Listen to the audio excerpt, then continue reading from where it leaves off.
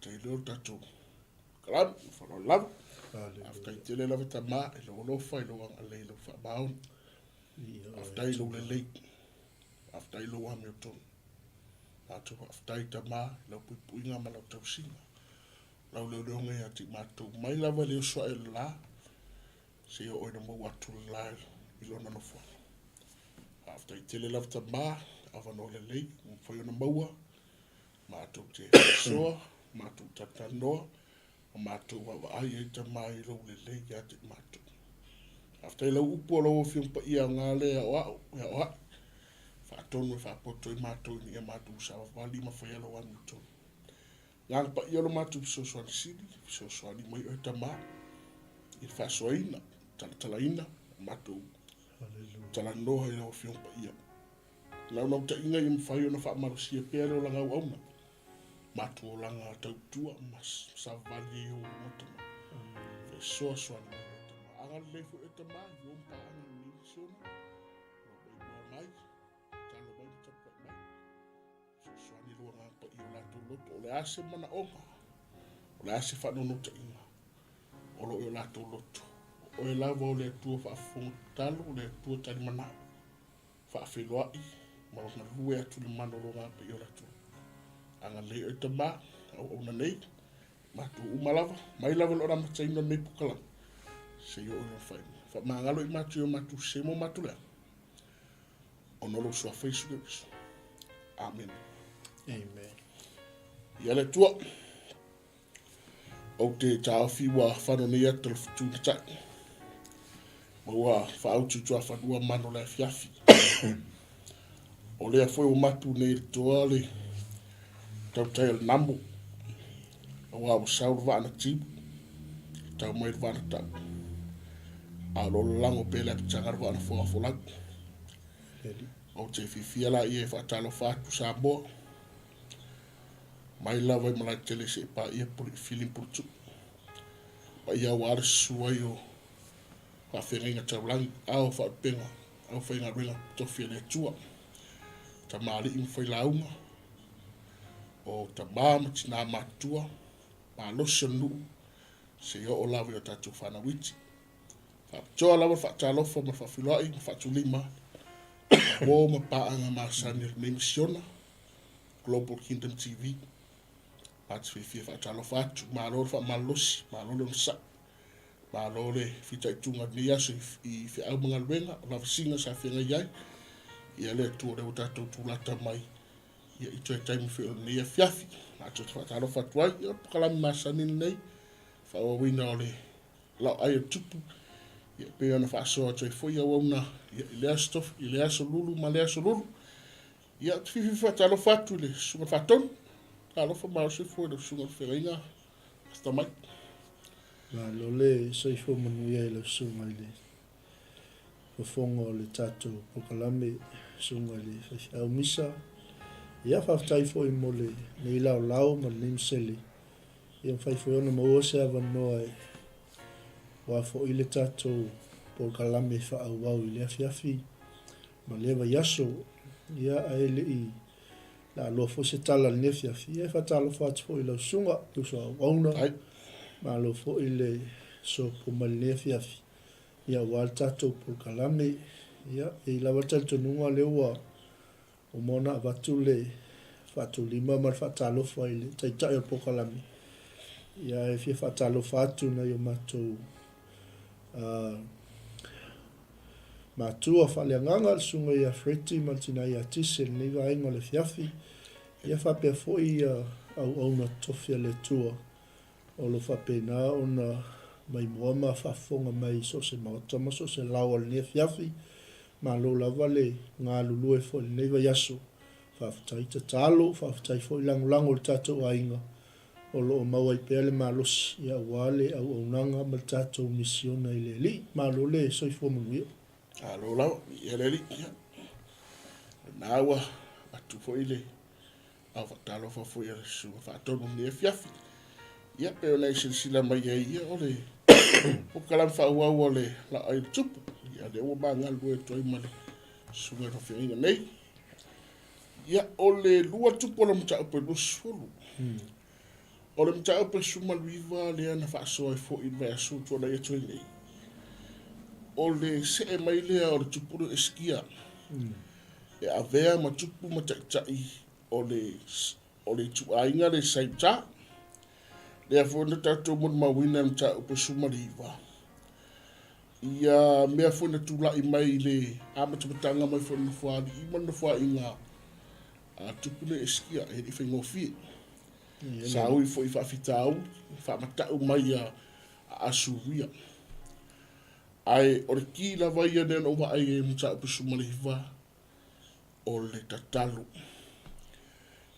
O le visiri. A hoi nā whati alo fōlangu o whea te liwi. Eskia na li liu sa o ai le tuela tatalu. O le mta upe whea suiva. Na lau wai e le tuela tusi. Na fola i eskia tusi luma o le tua te tona manman. Pape atu le tua. Se ese sila alofa mai ar tusi whamata ule a asuri. Tala ke le whai wina mta upe sumaleiwa. E lei manu malo hina e asuria e nukua le tua ma te inga a eskia. Ma fo isea alusa o a eskia i so sia o fisosoan o le tua leo. Ta upula e dos furu le mutatu se e mai. O le ale whai tau ale tala. Au te muna o si tatu sawat vali ama o totu ia le. Mana ia fwoi tala le. I le mtau pe lusfu. Fatua uma o na manumalo ina mai 𝚟𝚒𝚍𝚎 ia asuria mai whamatau asuria. Na whai asuria ni o le tua ma le tua saifu. Ai tula i mai loa ia le profeta o Isaia. Sau Isaia e whaafiro atu. Ta lofa se fu manuia lau whianga tupu e skia. Whaafiro ia o whai a whaaturi ma masan ia. Fio mai alo whianga profeta. Ai whaate ia e skia natai au. I le poloa i martala na awatu ele profeta. Fa mai profeta inta pulea e mua. Sa uni ia sau mawai ngai Laoai nga. A wā o le a e mali e te le soifua lava. O upu ia upu le tu soifua. Na whaaleo ina e profeta Isaia. A nga i le tupu o iskia. Ar mana ia la o le upure a mai i Britannia. Put your house in order, for you are about to die. You will not recover. This is from the Lord. O le mawa e ngā o le tāua ia ra sunga rafengi. So o se a inga lava, o le whanau nau ta inga lea o whanau. O le ase upu tau mawa e to ina. O le ase mawa e ngā to ina. Ma fua i se ane tāua. Langa o le mawa e ngā lea. E fua i eile manuia o le savalinga i lumana. Praise the Lord. Amen. E te tāua o na ise mawa e ngā to ina. E fua i eile a. Le savalinga le whanau le lumana ina ia. Aua ne if ingai. Praise the Lord. Amen. Put your house in order, King Hezekiah. This is what the Lord said. Put your house in order. Set your house in order. So, I tatu tani yo i eskia. Te whita loa i le sile nā tua o le tua le atangia mai i ara sunga whinga pasta. O le tua, o ia o le tua alofa. Amen. God is a loving God. Praise the Lord. God of compassion. O ia o le tua alofa. O ia foi o le tua wanoa. Amen. He is a God of second chances. Ma foi se ano foi atu ia le tua alofa, ia le tua wanoa. Langa i sau lor fe au fa pe mai fe au. O ia la e o tia se kia. Ai fe mai ia fe au na mai le tua ia i sai ai fa leo atu tupu iskia. Fai se ma vai nga. Ta pena se ma vai nga. e se kia, a o iai se me o la per sa valinga ke mi ngei tei no le ainga. I le tei no le nu. I le tei no le malo le atua. Now is the time. O le awa noa le leile. Mena o factory, o le atua. E le ngata o io le atua alofa. A o io le atua tua. A le awa noa le wa mai a iskia. Amen. Tapena me tapena iskia. Set your house in order. Set your family in order. A wha pe se me o sa o te inga whana. Te mine wha sa o. A wha pe se me o sa o te inga malo. O te mile nei wha sa o. A wha pe se me o ngai ke lo te taunga whaia ele o whaia. O le te mile nei whaia. Whai sau ma vai. Ma fua i se angata uan ma vai. Ina ne aua ne i wha le tonu. Le anga i lumore ai. Inga ia mo ingi atu lata ia le tupu. Ua mala malama tama matua le me tua. Ua mala malama teine le me tua. Ua mala malama le whanau le me savali ai. O le tāua na mawai. Tāua te. Ai mwhaino wape atu. A uwa aia isa wha malo si tāua mai i whaswhaitau bea. Pe ono whai atu le tua le tutua wanoa. Tātou tai o aina. Tai o ekalesia. E zalo, tai o malo, tai o mafutanga. E ta tau o nā. Whaasau sa o mea e tau whaasau sa. A o maua lewa noa. Whaile me tau na whai. A o maua lewa noa.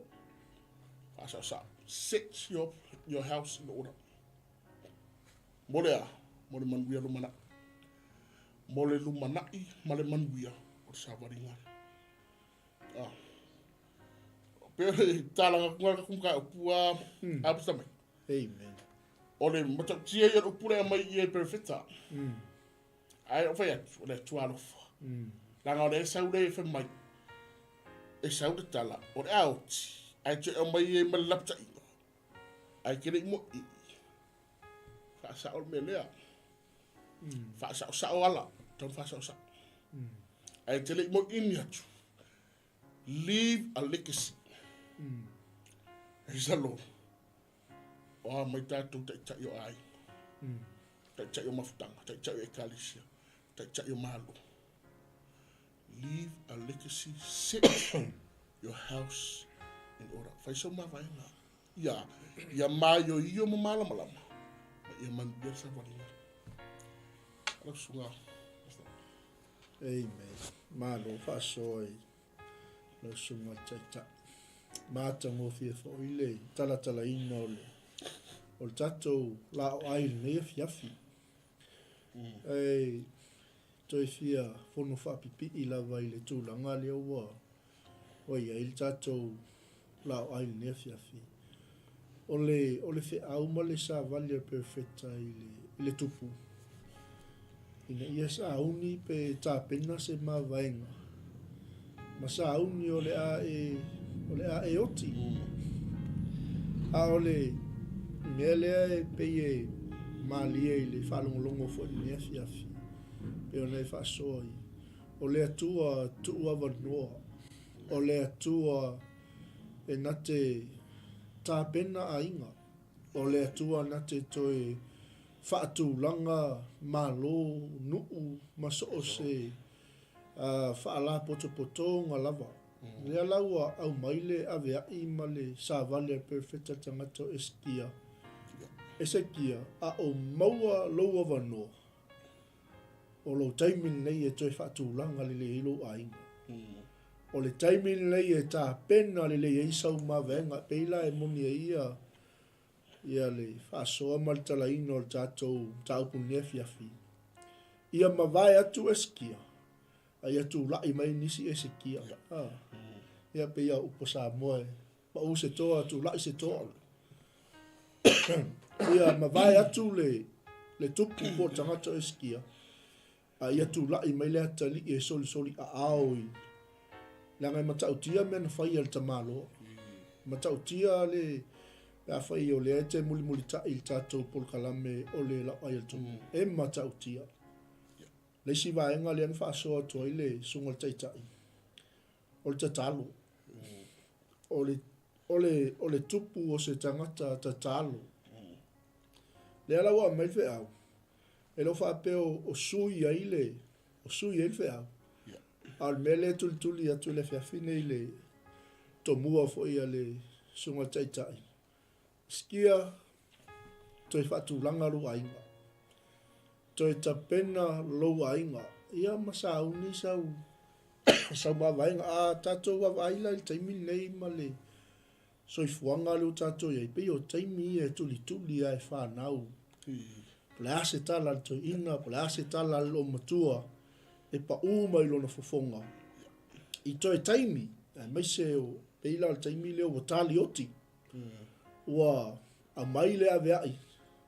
Ia e te le soifua lava. Ai pei o le wingana o le whaaso le nefiafi. Peo le sau noa le sunga teita. O le atua tāpena. O le atua tua vanoa. E toi au mai e le atua le vanoa. Ina ia toi a whatulanga i me taun toi whatulanga. E toi tapena ai le ainga ma mea malau. Ia e kua pēlau sunga teita. Wau te iloa e iani mea manga ia muli mai tu o tatou. Ta upu ni wa ingo le fiafi ma le ngau whalo. Amen. Wapoi ke ia eskia. Nile manatu eskia ke ningi ka penga si mawainga. A tonu fwe watu fe audia. Ma mauan manatu eskia po le ale mawainga le atu. Mori ainga, mori whana, malo. Ai waku savan. Te penan mawainga. O le ai oti. Mai te leto e leto e manuia la. A le lasi te tō vai. O le asa unga yo inga whai te whapini. O le sin, a o ina luka fola. A o ina futua i mai whawhitau. O maftia. O mai o le tino. E whai tatu relate. Whai mai fo mai wa. I'm sorry. Te whiania. O le asa tatu unga yo inga. Tatu vai inga yo inga eskia. Nga umatala le whesima vainga. Ke roi le sisi fifa arongo le kala Sa miso mawainga le le sisi. Au whate ia wa upale manga ia o le kokua le sa eskia le tali le sua kaya. O sola ina wa latu fe au le. Ai wa aila inga yo inga pe fe yatu. O ta upe sumariwa. Tatu i loa na tua malmasani eskia. O ia tangata ta. Amen. Fofola tusi do more tu lau mai o ele tu tusi. Ale ka kuwai. O rea upenga ale a iskia. Amen. Nana umare na watu fe au e Isaia. Li liu lo mata ina. He turned to the wall. Hallelujah. Li liu lo mata ko inga ia. Ila upa. Ta talo lo. O me mana yala le tufu ai. Ai atatu. Lango iskia. Ila wa iskia tanga te fifita. Ai yai le masa ne tanga te soifua. Se ilonga ua ui whawhitau. Whatu ala ngona role le tua leo. Amen. E fiu le tua whaanongo mai wala watu. Se ilonga ua mana umbia se mea. Wala au no. Ngai ngambua le iskia. Di liu wal ko inga re pāronga whale. Ai wala au. Ai atatu. Atonu e se umanga mamatala langa tangata. Amen. Amen. Atonu e mulmuli e wala au le tua. Ai mwambua whasoto lua. E mwambua vengro lunga Facebook. E mwambua pili atu dea. De ai e lo case le sa eskia. Ele ya lo eskia o so lunga le live up in my. Guess what? Guys, friends, family, pray for me there. Nanga li liu what au pa for me. Ona tatalo Lord el tamano. Pray. He prayed to the Lord. O le ki ale matala li lang. Amen. O le talo. Hallelujah. Yereli. O le ki ale. O le arme no fai ele. O le arme no fai eskia. What if I bet eskia? What if challenge eskia le message there? Ela ilea i te talo.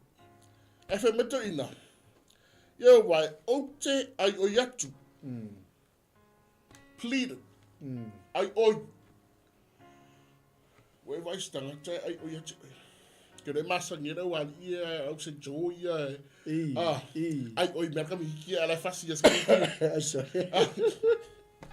Ke va penga uma meta ai oi famu mole. Ole at ole mele ren fa iskia. Ya. Nana li liu wa de pa. Ta talo lo. Amen. Ata tu fe mo mole liu. Hai me. Li liu de pa. Alu lo wa fe afi. Praise the Lord. Enter your own private space. Ilo oia fe afi. Ta talo. Ai ba talo tangata dia. Mai na ai oi. Begged. Pleaded. Amen. Ai fa mai upon ai oi nga iskia. Mana tua mai ara sa vali uru. Remember. Hallelujah. Ke lo oi, o fai ngō fie e rokis. Pea e fai mea sao. Pastor. E fai mea sao. E fai mea tu. Isi o simpo i rokis. Ya. La ngai le i whape ngā arusa wero i eskia de ai. Koe ngō fole langa re fai mea ta upu suma le iwa. O ia o re tupu na i whai rai mea tu me pei o lona ta mau ta wita. Amen. Le nana koe le liwa tua eskia mai te tua. Ai oia tu se e mana tua mea usa mariwa. Te wha manatu. Please remember how I served and obeyed you. Yo luma, ma wha maoni, ma loto ato. Na whai e whina ngalo, kero. O mea maanga ia e ruai, wha maoni, ma le loto ato. E se for service a rentanga tu eskia. Ya. Wha maoni me iti. Ajaya, ma le loto ato, wha mai ia le ia luma i le tala le tuan whai a mose malam. Ia tau au na me ta umlea. Ma loto ato, manatu ato, arosi ato, le nganga ato. Aru te manatu. Mantua me alo wha maoni kio. Ma le loto ato. Ire malea. Malingi rongo me tangta eskia. Leu te tuwa ai leka i wha eskia. Nganga wha arongo eskia tala, li liu, ta talo, ai oi, tangiro. Ai atatu. I eleni, ke roi, o se reisona ta ua le mai i eskia mua. Amen. Mo tatu. Hallelujah. O ina o mai whawhitauti. Li liu. Ta talo. Ai oi. Tangi atu le tua. Mana tua mai lau oku. Mana tua mai lau savali e mara whamau. Mana tua mai lau o na tue te oi mara lau tato e whaia lo whingalo. A whapea fu i tato tele au na mara whamau ni mana loto ato e whaia whingalo le tua tai bine. E lo le pōre nei. E lo le asun nei. E tau whamana tu mai e ti tato. Ha mona mole. Au na mara whamau. Au na maloto ato. Amen. Via leli. Hallelujah. Nango o ile na tue li wai le toto fa. Praise the Lord. Hallelujah. Tangi mo le tua. Via leli. Kero, e iste mele la vai upora ngana e whaali me ta toloto. Ai, e fi awe me e roi mata. E te me, ke va ai feskar wa kan ai. Ele me fai me se kala dis ka. Ya. Ai ta o me roi maka. Ya. Ta o me tangi fi. Ai te tangi ma tanga te lo mo retu. Anga o tato o i te tangi. Anga o dis ka pe kangi ro ka o dis ka. Ai le ai na Tangi runga sa. Ya. Tangi runga sa. Sa na te se venga le loi mata i lungo le runga. Ala ngor ke se skia. Loi mata i lungo le tu. Tears on my pillow. E ai fa me loi mata. Ele na de la te fa so. Ai mano ye me. Fa maoni, ma loto ato. Lango ilen te fa manatu e e lo sunga whawhia. Amen. Malo. Whaftai ai lau sunga taitai mo le taltalaina o tātou tāupu lea fiafi. E moni ma wha maoni. Ono le vaenga le wa sau noa iai le tūlanga foi le ngai o inga. Le act o le ngaluenga na whai e tangata o eskia. Ina ua longo me le tala. Ina ua o mai le savali. Tā pena. Sauni sau mavenga. O le aioti. O le ngai o inga la le ang whaso ato ile. Sunga taitai le nefiafi.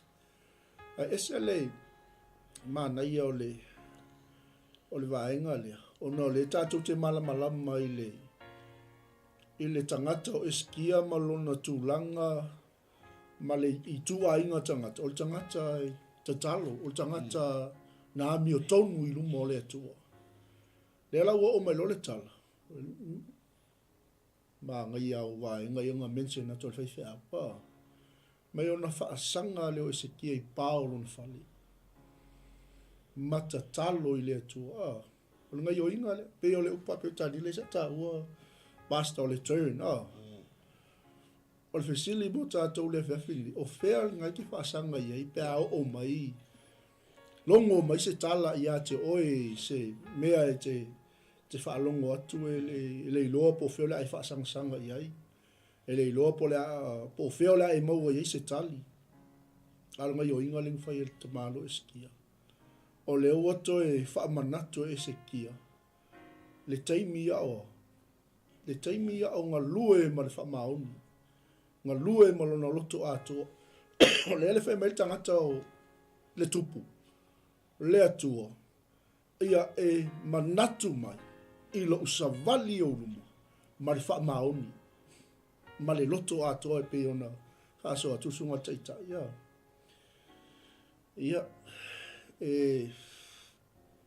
E le tusi lima le pol kalambe ai moni fa maoni wa le sa u fa longo fo e si va inga la titi le sa ta o tete e ilo la vel tanga ta yel tu langa le la va ma le tu pe ngo fa maongi e wa tele o tai e ka ko e mu lo lima tapa lo le ofi e le mana tu ale e o mai lo fa inga tama po ngai le olang.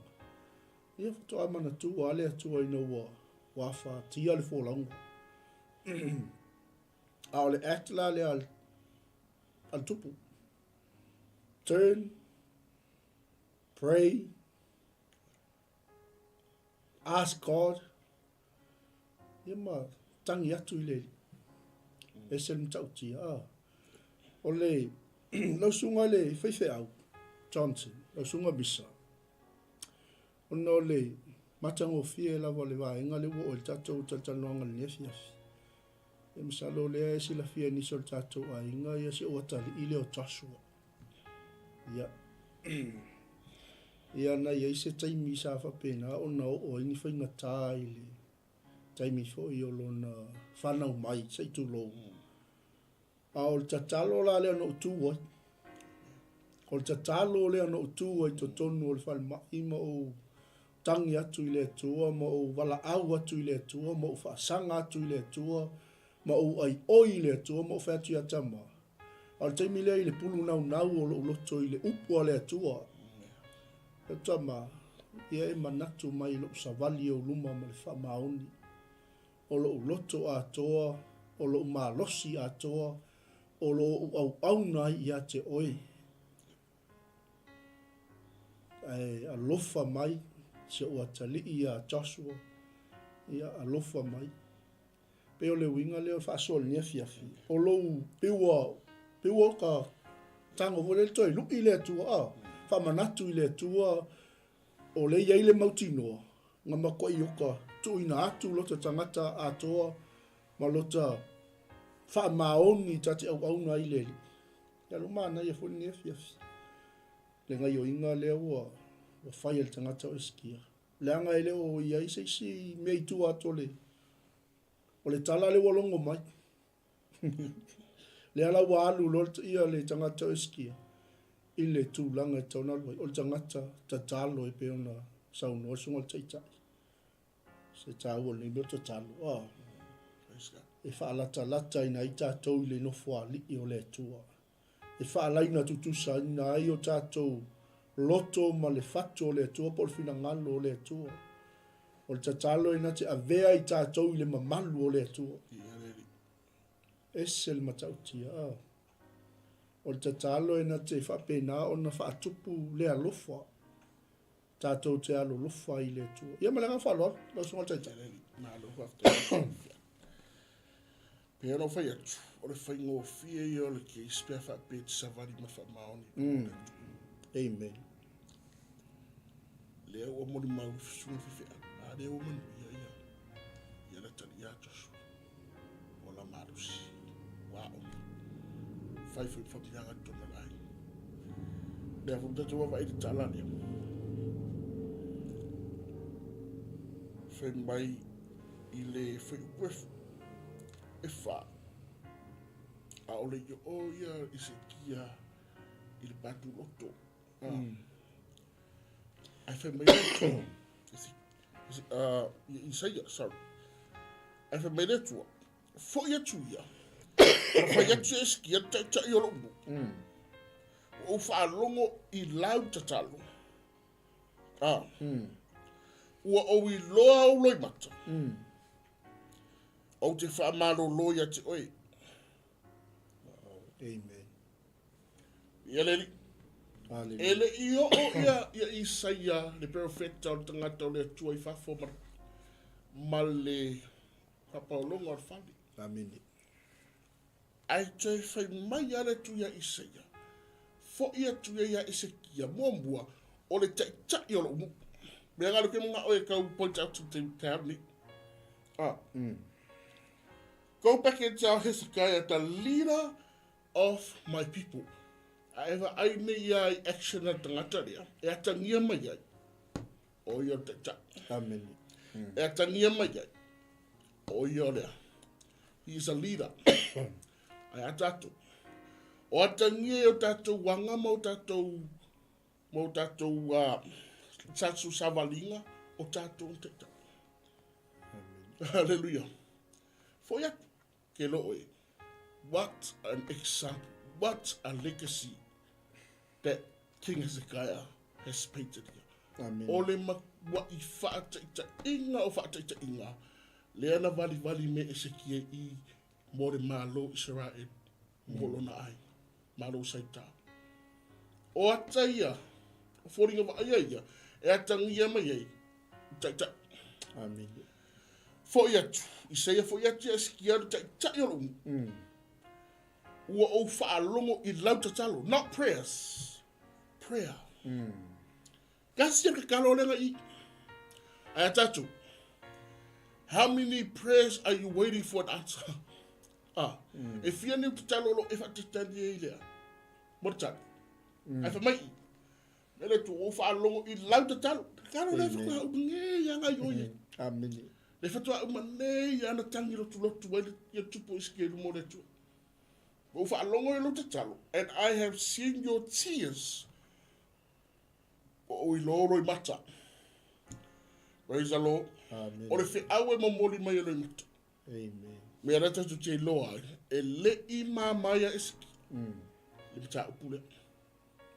O ma vaenga sa ni uti. A te roi tani fefia. Tali le tu. Tali le tu. O whaalongo I lamtata. O I loa ulai mata. O te whaamalo lo. There you have your answer. Ezekia, o te whaamalo lo yatu. O te whaupopo yaso o lo wala. O tau sanga sfuma lima. Wow. Leo tali le tua. Ai mafua ni sea. Pe fo ia ona ma whaasoro te musola. Whaamauni. Maloto ato. O nangan. Mau. It's easy to plead your case when you do right. Yeah. On a fina winalawa. Long time. That's out. Fa popo tau sanga he suma di. Pare si me mana ia pasta tira I angaso. O te la vea I fo ia te oe a tomre ai I lima o tupu asuria. Hieleni. Au mai tau sanga fa malo lo e mai au mai tau sanga suma lima e ola ai te fe mai. O te la vea assurance. Kero e no fai mele tu au ke poli. Your future is in my hands. Amen. Your future is in me. I've got your future. I've got your back. I will te poli suli mo sanga. I got you. O te la vea e foi e mea e suia. Langa e le se tupu e ma no fo le lei la sunga fa vinga. Le se tupu no fo le lei. Pe atu lai me no fo inga. E sea. Se la ngo kwa o ia o filia. O le mai manu tua o ia. Dar ke me attack Israel. Dar te me fa attack Israel. Ala fa me le tua. A wo te polo tera vea ia te a suia. Telo o le vai la. E ele mana talo. O le tua fa fonga talo. O le tua tali mana. O le tua tali mana. O le tua fa fonga talo. Amen. E tali ele tua tatumuna. O te talo lea. O tele I lopo le are vālea mai le mele te talo ai. Ia se kia ma le mele wo o mai Isaia. But instantly tad. Isaia fo ia tu ia iskia. O tali ilana te talo. Amen. Talo ale te si. O le fa malo si namo ele fia fine. Ele mana talo. Ava pe fu da to is se o fi fita. Te fa mana tu. O te talo. I te tala I meo. Po le are fa me finga ta. Ele mana talo. Amen. Tali mai le tua. Fa o popo tau sanga. Te mai le tua. O te la vea ai o fini. Asuria. O le ala se si mea. Joy at tungan. You tari fa dia limele. Amen. You are safe with me. Fa maru si hona. Olo so fu ale tu. Ma ele tu la fo in ele tu on tangata. Anga wa. Se la le tu sa va de tu. O le tu tan mana. O le tu fa fo. Le mo. Amen. Malo, haftai. Moni ma fa maoni le afionga le tuol ni fiafi. E fia taltala noa le vaenga le. Ono le matautia pe o le vaenga la le ua fa longlongo tu le o tato o le fa fonga ina le tuol tatalo. Instantly God heard. Fa fo se ia le penta o so taita. Le lopo le alma mao Isaia ma le patu loto le fale o Ezekia. Aya, ai fa fonga ina le tuol tatalo. O le si vaenga le I upota ma le fia foi le tita I jota mai na o faia foi mea uma na e fina ngalo ia. Amen. Ngai nai le fai puna e tolu wa. Anga I lalu. Mai ia e manatu mai lo savali o luma malfa mau ni male loto ato ua o faia foi mea uma ua e fina ngalo iai. Ia peila le tafa soa tangi lo makoi. Ya ka o tangi lotu so le ska mai kang I o le. Na longo mai nei poti. La ko winga la monga kwa e Isaia kang ya koi. Kero pola kang skia la foi esa vadia ma kang foi Isaia. Isaia so cara fresco. Quale fio kier. Mai ona tangi lotu leo Ezekia. Ona o mai ai leo le fionga Iova ya Isaia. A ole io o ia I le loto atu loto. Nea la. O mai lo ma le fionga le tua ya Isaia. Fo e fai Ezekia. O leo o fa malo lo ia te ia. o le o whaafofongaina lan tatalo. Ia, pe ia whaasol ne fiafi. Pe wa toi fo ia itua le langona fo le ono le taimi na tu wa fo I le taimi le whaingata. Ia e whaafatai le li. E nate whesoso ni ina I tātou pe o le nta ue sunga teitai. O le tatalo e nate tatala ina mea malawa. Le alaua e le ngata ua whaamalolo. Whaafunga ina e le atua. Koe whaupopoa. Amalolo whaupopoa koe la vea. Toi la veai. Fo ia te oe a toa male ai nei le lima o le tupu o asuria. A pe ole vaenga na wop toi fia fo le tite itua. O le matango fie I o upo tamalo. Ua o whaia fo I mea ua e fina ngalo I ai. Hallelujah. O na tangi lotu lea o Esekia. Ia malanga whaloa. Wale te lo le ua manino vaenga le ua ta o ye ila lo whai upu le e ono lima ngai le ono. E tatu tere ia o tui la loa pasta. O fia pa I le fitua ngai sumotas. E me mana ia lena whai Isaia I. Mai Isaia. O ia o mai se putu ngā mati. E mai e mili ia le fula mai e tupu. O le sinea te no oi. O le whamaro o ngai o whatasi mga benga. Me mai wale e whamai Isaia. Au mai ia ave se putu ngā mati e mili ia le kupu. Amen. Se o le bea whato tuere mga benga. Ia. E wewe kaku Samoa. Ia. E lamu te tu lou wale fafo. E lamu mai alo makua ia Professor ngai ma Me e mili e mai. O isa au wala mai whamaro o ngā le tu tangata. E whao ngā e ia mea ia. E o me whare kemingi. O rata na o mea o medicine na. Tawai. Whamaro runga. E aru mga benga. O whato tue o mga benga. Ranga menga. Kama ko imbili ia le fulanga ma ia ko inga malolo I rola. Ma mai rola ia isa ia. Amen. Ai fa maka ka do ai tira be mari. Ma na o ia isa fai longa. Ma isa ia wale. Si le tu mai le tu fai longa. O la tata la. Amen. O la tata la bu tu ia te oi. Ai ma na o tangata ni eskia. Ia muri me le tata la te ia.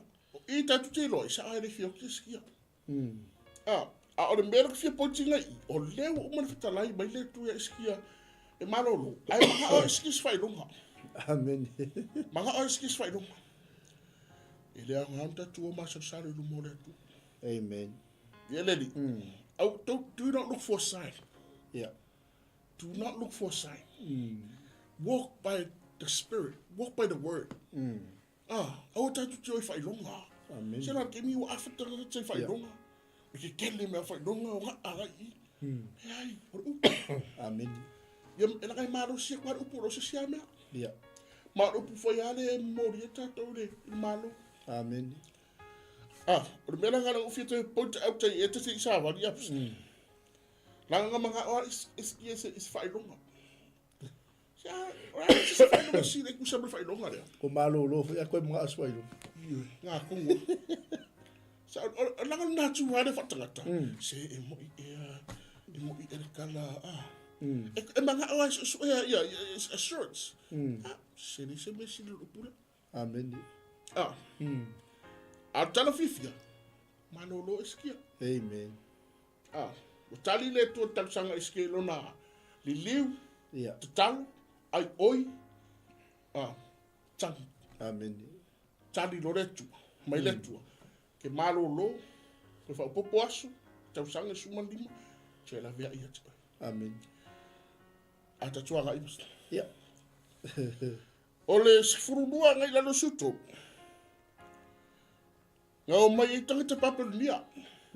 O malo sino ka malo o la fu koe. Koe ngunki. Ma koe inga kai au mora whapolo. O mai tangata paperonia a mai ia paperonia e a mai mea alofa.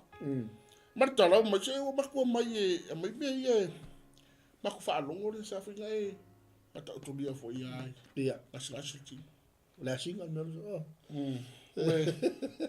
Ia. Ai te no lai, o i la no wa ai ai.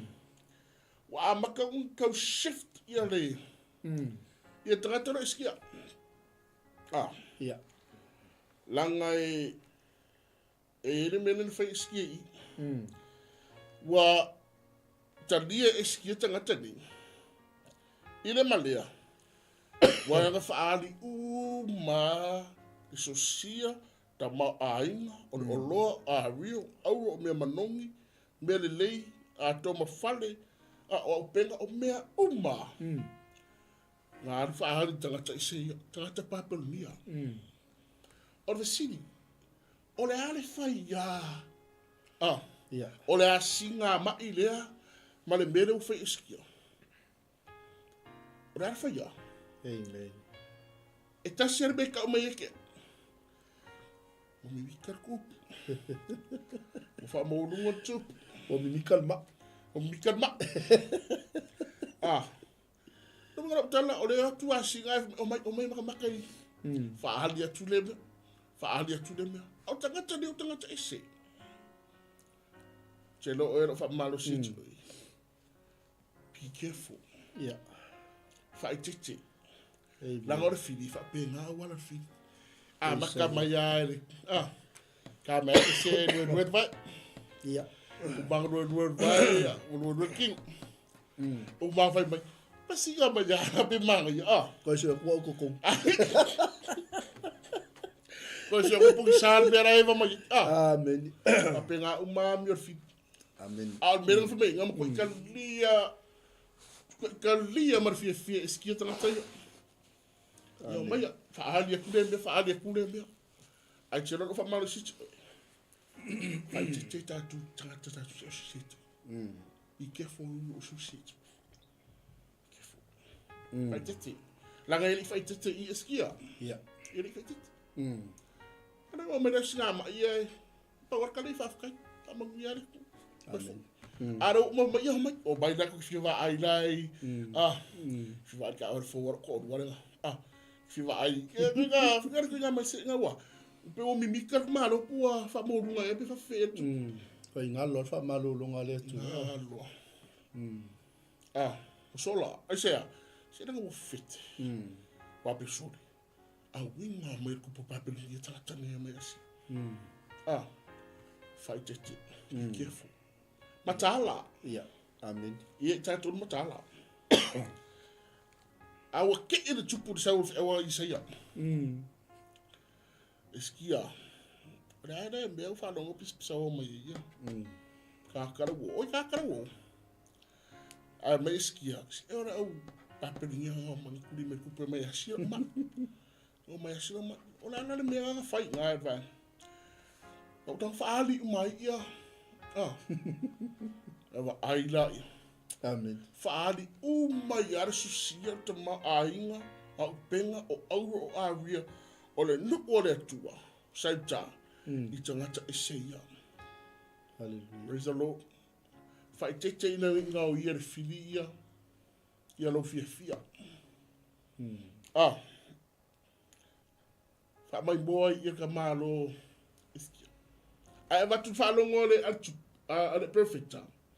E le o align ma le mafu fau perfecta. Ai sea. Lango le whatangata mau fau eskia. Amen. Praise the Lord. Whatangata. Sometimes we need to move back and examine. Move back and look closer. Sometimes we need to step back and look over. Pe sa o le move le la fai pea. Amen. Lango le move le fai il tupu le na fai lunga lona. Fa mau lunga. Ilona fia ilo, ilona mimita. Ai te lo. E tua pata tua. Ia. Boso monga ko. Oso ngā kongwa. Oso al monga. O mai ka kua kala furu whakawali si mga makaranga ini. And watu tangata le tua. O le perfecta. O le mouthpiece le tua. For my children. Saka wanga e. Sai mai mo boia te. Saka wanga ilo mua. Aua ki vavi. Ala mero fa, o ta tala iskia fitito. Ta tala iskia leva no moi. Nera woka ka ia fapea. Ia maa ia sa o a mera i or faro iskia. Ai te no ero fa asomo no fa malu siti. Tatou fa itete. Amen. Tatou wawa ai mua. Aua tatou te vavi. Praise the Lord. Be careful. Amen. Examine first. Yeah. Siri mo le tu. Ai mo le tu. Aua tatou te vavi fai. Nanga reka o kui. Elo align ma de mele lo to tanga tole tu. Yeah. Ia tu patu. Na ia to tu le mo le. Mana ia te len mele wa.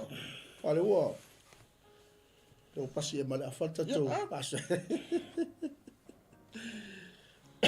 Makua ngalo ni mo tato eskia. Whakua umang wha malo lo e le tu. Whatua umang na la vea i e le tu. Ale wa. Wa so monge koe. Ai wa ngalo ia Ezekiel tala perfecta len sauma. Le tala le atua len sauma perfecta. E te lea lua e ye lua i le falo Yehova. Oka se mata uti o le fionga Yehova.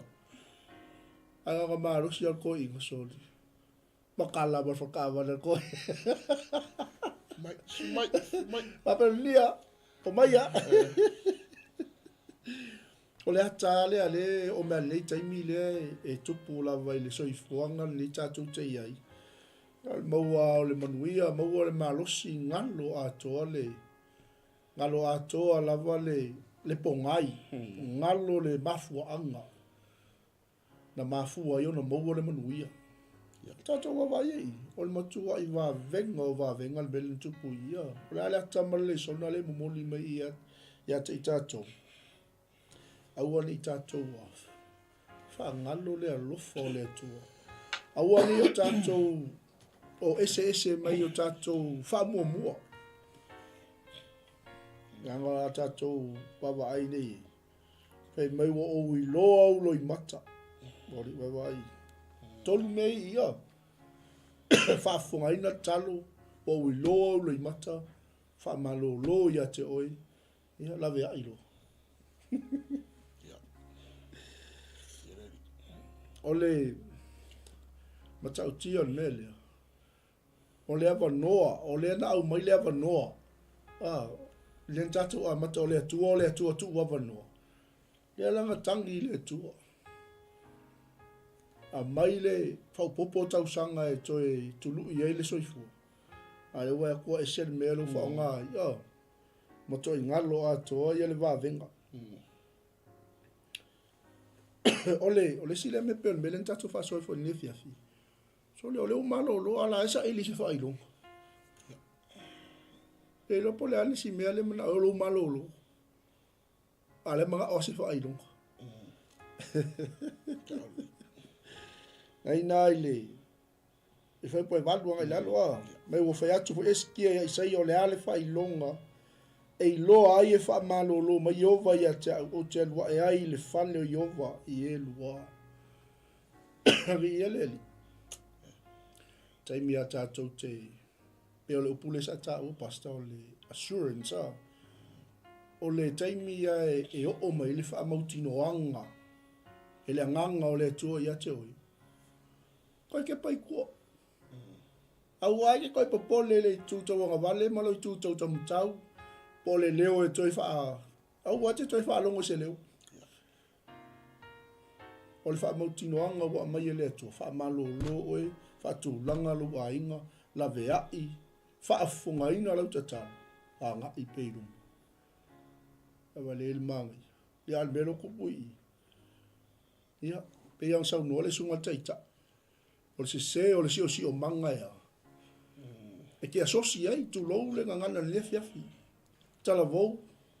A fai e le o sa o wo na te fa wo ai sui la wo. A fai e le o kampangi ngai kampangi ai e toso i la lo wo la ta po i le li ma lo wola Whaapa ia ina i leli. Sui kampangi, ke leo ngaluenga i nei atu nuu tātou te. Au na i le malo le atua ma tau se o tātou ai. Ia o le CFM o le kampangi, ia lingi, ia o le winga o tala. Pe o le points le ngā umai e le sunga teitai. O le se o le tangata e asosi le, ele wa asosi i lau papelunia. Wa alu ma a rio ma auro. An mela le mau. Ko si wa kumel ko ai ngo mo mga ave yo. Amen. Ole tutu la awal pokala me le fia fila o tupu. Tala vou sui la wo. Ele mfai ya ona pe pelo la fionga le tua wo ngo i malingo i ma ngo yo. Ya. Ole lo nga ia ma ga ke va nga le wo. Ala nga falo. O te tau fi. O nei vai nga ia na sasi e tupu isi. Yeah. Te tala isi kia whaito. Nga re whai mai i re whai upesu marfi.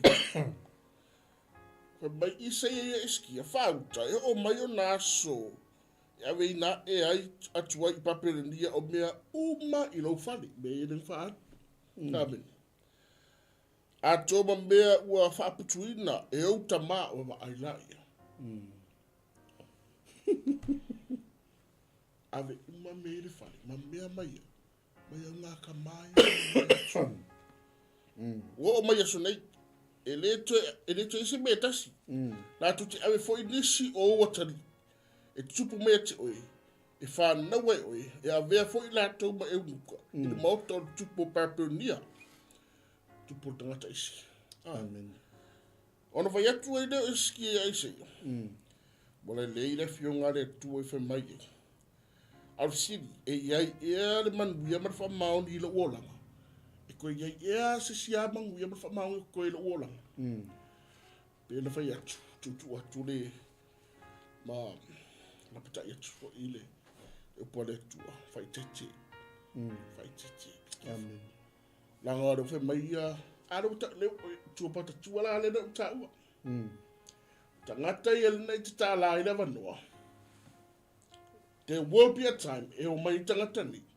Ave uma. Sikera o le fi. O le ngaoi. O le whao mea. Amen. E lea ia se si me sa o le fi. Ngaoi fasi. Wha mutia. Hallelujah. Whai te te tātou. Rango i le ngā. Ngā maanga i ar sawa iskia. Te whatamala i iskia. Iskia drop the ball ia. E mo ia kuranga ia. Ai ave paperunia lumana. Amen. Ai fua mai. Alfa malo sire mo oi. Amen. Tātou whai tete. Tātou whai tete. Yeah. Lango ore whiti. Pawale me le after whiti. E ngā oiro tātou pa tūtua. Ngā oiro tātou whiwhia. Ngā oiro tātou ot. Ngā oiro tātou maia. Maia vāo tātou maria tua. O le nuas furu i lalo ia le wawa. I whai roa mai ei muta oto i eskia i le. Ia e tūla i mei manasa i avea mtupu o saimta. Tango we ever I se me mana ia mai i the story lea e whai mawha amaru si au mo tātou. Mua. Sa o tangata tātou te li wai. O mai whawhitau. Tātou o sa o tangata tātou o nyumbo. Lua. Tātou fia la fua i tātou whawhitau i le tua. Amen. Awal la fua i lunga Facebook. Yeah. La fua i lunga le tua. E yele mana talo lanka kalo ai tali ane. Ta talo ane iskia. Tali ni. E si me mana yele tō i tala nia. O le whātua tua. E o mga luenga. Amen. Danga ngā o mai me whaire mai nia. I tusa ma le whātua nunga i saia. So o le whātua tua la. I le whaamaro longa le tua. E o whātua si mga luenga. Amen. Yele li. Amen. E si me mana yele no va ai i tau tātou tu mamau e siai. Au tātou wala au loa watani mai lore tu, au te masa salo, au ke fisiri whai longa, pen me renga whai iske. Mana i whai longa. Te mine e wawhitu leni tangata ea, after i whai longa. O upu are te ati, upu. Marvanga mun muri le sa se i iski. Wa ia invitinga kaka isengi. Tātou whai tete. Langar fili, e mwhai ngaui e mer fili. E e wala e mer fili. Amen. Whai tete. Whai tete. Be careful. Tātou, whai tete. Langa on action ni. E a whia tai au. Amen. Amen. O le mistake o ngi. E whai nā whai ngai tai au. Pei a mistake ngai whai iskia. Aro sa swani nalo ai mo. Tātou mana tua le tua. Amen. Ma wo swami bika ia ngalor mlero fo le tua. Ngalor va venga ngalor fa swani le tua. Alfa malo sinalo ai. Mana tua le fo le tua. Hallelujah. Tua tu le sunga le venga fa mai tatu. Swani e fiafi me fa lo lava. Ja, ia le tu te lo le wa. Ele jo tau fa ilo ia le tele o fa manu yanga o le tau pe luas fulu le tatou tal no fa so en ne fiafi. O le ki lava le sa tatou tal no mai ai o le tatalo. Fa tonga ai oi le tua. O le tua e na te fa fonga ina. Le tatalo a le tangata a mi tonu. E fa fonga ina le tua le alanga le tangata o moni lana tau tinonga i leli. Ia. Pei on tatou whalongolongo le tele o mea mana na ia na i le taupule losfulu. O se ata lea mai mo tatou ina ia awana i tatou fuli tua. I le tua tali manao. I le tua whai vave. Ngai le ngā se whai longa. Ngā whai fo i mal whai longa. Ai tali lea. Ai tali i le mea pito sili o na ino i a ile tua. Ia, wa le whao ngā ta taula le fia sulima tau sanga toi whaupo. Ia o pito sili na le anga tu me o toi whai ngai lor keimi. Le fia spulu tau sanga le tu lai mai whai tupu. Ia, masalo le simne mana ia o mai lor wala o le tua. Sa au ni lo ia.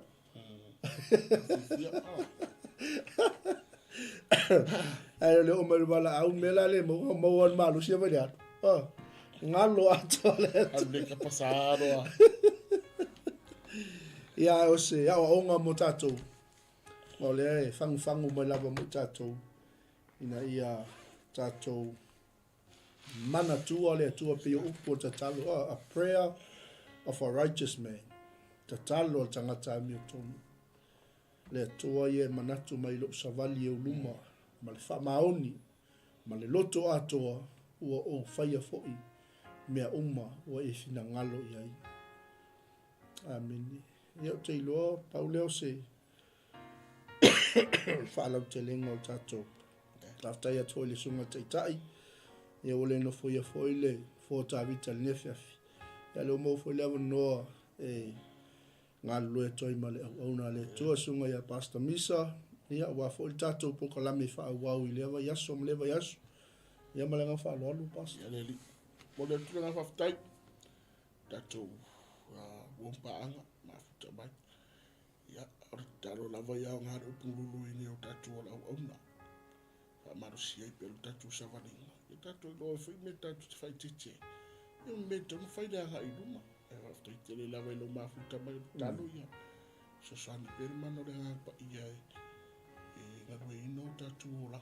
Ia wale au nanga i lea tua mno whingaro. Amen. A vele whatau wa alnea fia watu i se whamai senga. Pei fwere na sira fia o mato le whatasi fwere masunga le. A whea ngai ngā pasta tai sea masa li fwere na waso atu. Ia ona ore wala au pa ia le atua fo i re uso. Wala au au na. Amen. Ia o te whapeni. E na ole ngā pa ia lawa mana upo le atua. e mawhai ona fofoi na manu o lo tō manganga. Ona le mafutanga o mutusia ona wala awa le tu. Ai lau sunga tua whenga inga pasta tai whatui ai. Ma le pa i o lai ngari. Ma tu te watu whamai senga i lau sunga. Ma sele nganga le tu e lau sunga ma le ai ona wala inga le tu. Ma o bea lau sunga lo tele. Fa mafurfaranga le tu ale nganga le tu e ingo e te oe. Ia ma ia lo tele ia o se fuanga la wafa pina. Ta o fia lo se loto i nei po se fina ngalo ina. Fai lava profeto ta se le tu se fua. Ai o talo ia na whapina ona ta fia se ale au puli uti. Ona whapina ona to ai lunga pa ia o ainga. So swani le tua. Ia wha mai se wha lo tele ina lau su. Ia lo ranga lava whapina. Ia e misia lava tino ne. Ia ai tatu nunga lava tatu ke visiano. Olo o taula ia Yesu ke viso. Olo tino. Amen. Ia ai talo ia. Ia i peale na wha mawhawhana le tu. Ia sunga. Ia so stein tatu. Tai whiloa. Ia ai. Ole talo na. Sunga, lo fitele atu lo sunga fatua. After tele la voi won pa anga tatu sona nei. O fe la se me lo e mai mo mai ai o e talo mai. O e so swani mai. Ma tu te lo fitele atu. E famia nga le tua. Ava singa to ne voi aso fa man le tu me o. Ya ai te lo ne fia fia le ala u talo e fa la tatu. Ya tatu kala me ne fia fi ma fa lo la. A te tele lau ta mai lau upu. Mana lu mina. A tu mama ai ka so. A tu yo ina. Poro ye le ola. Lo ye le fa malo lo. Lo ye le man bia mo matu. Fa tai ta ma. Fa tai tele. O le talo ya nga pelo upu fa marusia yo matu la nga. O ai se lo mai mo mai. O lo oi se fa fita au lo ye se mana o ngai lo. Fe so swandi le mana lo nga pa i fa filo. Fa filo i mana o ngata ma. Lau fa malo longa fo ye o lo mo i mai tino. Pa i telo au fa malo lolo all of ya. Fa fo isi le marusi. Fa man bia ta ma tino ke wiso i stu e fia ni la la. Ma o per malo si fa le nga. Ma to te lulu winai. Ia tara le yoro malo. Anga le misiona nei, Global Kingdom TV, la o na nei, sta Mike Mafatu. Anga le au na lo nga lua nei misiona. Au so lo nga lua nei misiona tama. So se vai, ia au fa mianga. Tama, anga le fo tama. Te mi o luma, ma to mo fa se maro longa, sa ile ma to mo to iskriso. Al fa ta fo taiao. Ia i lava singa fufuanga, tau tai oe, mua oe o ngā tonu oe. Buri e me o matu te whai. A o man matu whai singa duenga whapea tu de tama. Matu rawa o na leanga. Wha ngalo i matu i matu semo matu whare. Matu whare to. Tu mau ia te elevi inga wha manuma whare tanga. O wha muyanga mlo wha maro rongi nui ati matu au lima whai. O lava soa whai suki wi so wala au tueni. Amen.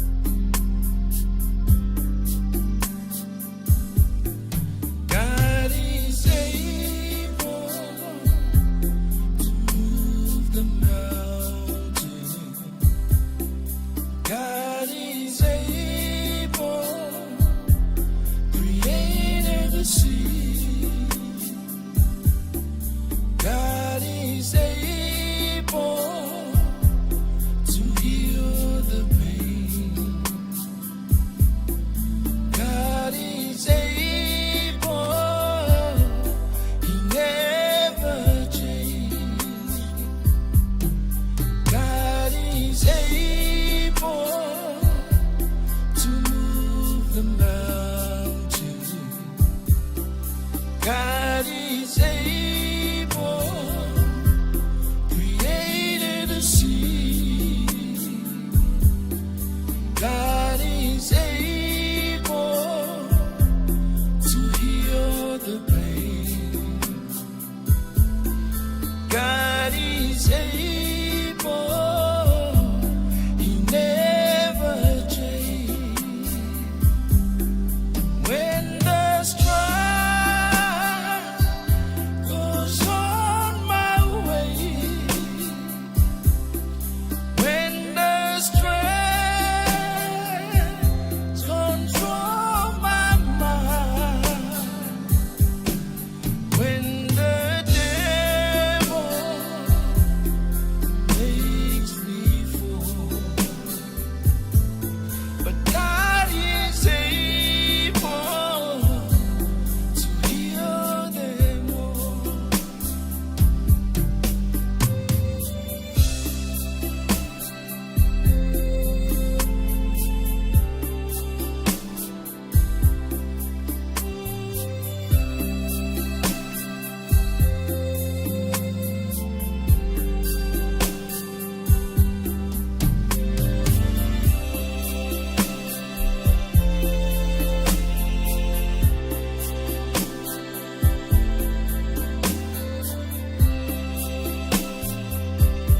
Emafayele atua, nafulia omaunga. Emafayele atua, naifayele sami. Emafayele atua, nafaamalolo. Emafayele atua, ilisuia oi. Emafayele atua, nafulia omaunga. Emafayele atua, naifayele sami. Emafayele atua, faamalolo. Emafayele atua, ilisuia oi. Faafitau, imaya uala, olele mautonu, ia ulangona, ufainga ale fili, taufa ale ana, ai emafayele